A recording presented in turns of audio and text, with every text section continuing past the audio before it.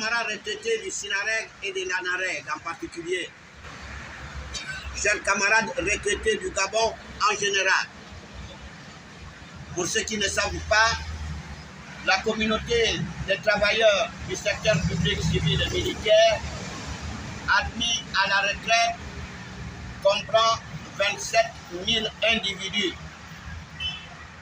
C'est très respectueusement, en leur place et en leur nom, que leur syndicat, le syndicat national des retraités du Gabon et l'ANAREG, l'association nationale des retraités du Gabon, par ma voix, s'exprime aujourd'hui et maintenant.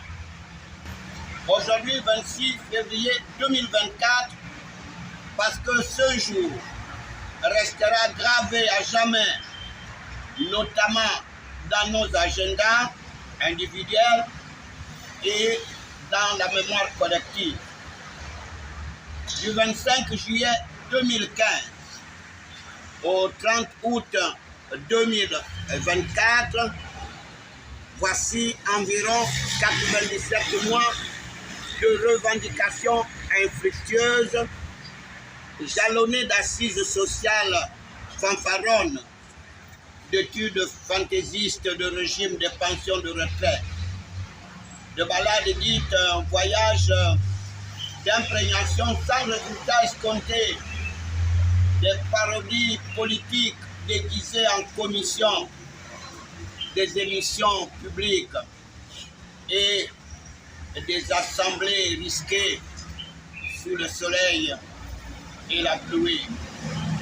Après cette pénible procession, dans un long tunnel obscur, nous voici parvenus à une fenêtre sur la paroi de notre longue lutte vers l'acquisition de nos droits inaliénables. Une fenêtre quand même qui nous permet d'avoir un peu d'oxygène pour respirer. Oui, chers retraités, nous devons reconnaître le réalisme du CTRI en tête duquel le général Brice Clotaire Oligui Nguema, en fin d'année dernière, il a dit qu'il mesure nos souffrances et qu'il devait payer les rappels des pensions de retraite février 2024. Nous y sommes. Oui, mon général, je le dis parce que parmi nous, il y a de nombreux militaires. Oui, monsieur le président de la République, vous venez de nous tendre votre large et solide main pour sauver une importante frange de votre population d'un naufrage qui avait déjà fait des victimes de 2015 à août 2023 dans la communauté des retraités. Merci pour la parole tenue. Merci pour la promesse concrétisée, même si nous ne comprenons pas le mode d'évaluation exact du contenu de ce que nous venons d'avoir dans le creux de notre main. La perfection n'étant pas de ce monde, mais honnêtement, le geste ne laissera personne indifférent. Nous l'apprécions, Monsieur le Président de la République, et nous vous en remercions très solennellement, tout en vous encourageant vivement pour relever d'autres défis.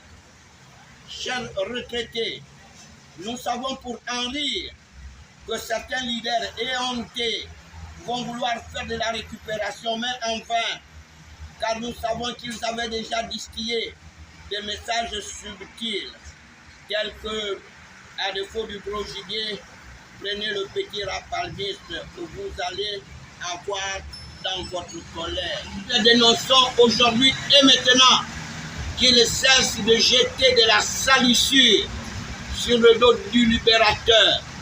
Le coup de libération que nous saluons vivement devra tout faire pour se libérer des éléments encombrants, donc de ce que nous appelons les vampires. Et nous soutiendrons le CTRI pour ce nettoyage jusqu'à la dernière poussière.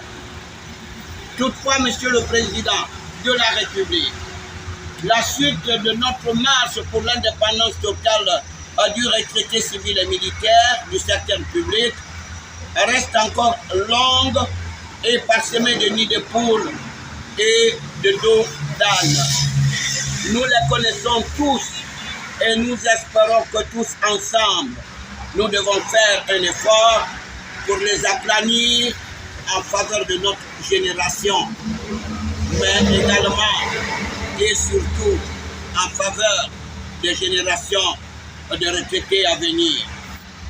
La caisse des pensions et des prestations familiales des agents de l'État, son autonomie effective, pourtant affirmée dans les textes fondateurs, tarde à voir le jour. Il en résulte qu'au lieu de percevoir les cotisations sociales telles que définies par les textes en vigueur, la CPPF ne reçoit qu'une infime subvention d'équilibre qui ne lui permet pas de remplir ses missions telles que définies par le régime. Enfin, le statut particulier des militaires, sous ordonnance prise en application des dispositions de la loi numéro 008/2010 du 15 février 2010 et de l'article 24 de la loi numéro 001/2005 du 4 février 2005 susvisé porte statut particulier des militaires. Le chapitre 9 à son article 104 stipule que le militaire mis à la retraite a droit à une pension de retraite dans les conditions prévues par les textes en vigueur. L'alinéa 2 précise que le montant de cette pension ne doit pas être inférieur à 80% de sa dernière solde de base dans les conditions fixées par le régime particulier de pension des militaires et des forces de sécurité. Curieusement, les textes ci-dessus sont bafoués par le décret 0051 par PR, par MCP du 7 février 2024 fixant le régime des pensions de retraite qui place les civils et les militaires sous le même traitement comme s'ils étaient gérés par les mêmes textes. Les textes sont pris pour être appliqués et l'application normale des textes pacifie le climat social. Comme les retraités civils cherchent une analyse au cas par cas du décret 0051 par PR, par MCP du 7 février 2024, par un conseil en voie d'être contacté, ou le retrait pur et simple de ces décrets, entre autres, à cause des pourcentages inattendus et inexpliqués qui plombent la vie des retraités. Les militaires, quant à eux, ne se sentent pas concernés par le décret 0051 du 7 février dernier. Ils tiennent coûte que coûte à la prise en compte des textes de loi qui les régissent.